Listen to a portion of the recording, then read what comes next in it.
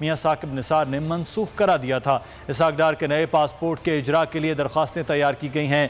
اسحاق ڈار کے پاسپورٹ کے اجرا کے بعد وطن واپسی ہوگی۔ اسحاق ڈار سعودی عرب میں عمرہ ادا کر کے پاکستان واپس آئیں گے۔ عمران خان 373 ارب کی بارودی سرنگ بچھا گئے۔ پیٹرول مہنگا کرتے وقت مہنگائی کا احساس نہیں تھا۔ حکومت کو خطرہ ہوا تو سستی شہرت کے لیے سبسڈی دے دی۔ اس سال تجارتی خسارہ 45 ارب ڈالر رہنے کا خدشہ ہے۔ مفتاح اسماعیل نے خطرے کی گھنٹی بجا دی۔ کہا پی ٹی آئی حکومت پاکستان کے خلاف سازش کر گئی، مایوسی نہیں بڑھانا چاہتے۔ ارب روپے کا یہ بارودی پیکج جو انہوں نے لے کر آئے ہیں، جو بارودی سرنگ بچھا کے گئے شہباز شریف کے لیے۔ جب خان صاحب ٹیکس لے رہے تھے آپ سے اور پیٹرول کی قیمت بڑھا رہے تھے، اس وقت ان کو خیال نہیں آیا تھا مہنگائی کا۔ انہوں نے حاتم طائی کی قبر پہ لات تو ماری ہے، پیٹرول تو سستا کر دیا لیکن اس کی سبسڈی اپروو نہیں کری۔ کیا آپ نے ملک کے معیشت کو دعوے پہ لگا دیا، ملک کے معیشی فیوچر کو دعوے پہ لگا دیا صرف سستی شہرت کے لیے؟ جو شہباز صاحب نے بھی کہا کہ ہم مایوسی نہیں پھیلانا چاہتے۔ اس وقت حکومت پاکستان کا ڈیفیسٹ جو چل رہا ہے وہ 5600 ارب روپے کی سپیڈ سے چل رہا ہے۔ جی ہاں، 5600 ارب روپے کی سپیڈ سے چل رہا ہے۔ کوئی افہام و تفہیم کے ساتھ کہیں نیگوشیٹ کر کے آگے بڑھنا جو ہے میرے خیال سے اس وقت ملک کی ضرورت ہے۔ سبسکرائب کریں اور بیل دبائیں تاکہ کوئی خبر رہ نہ جائے۔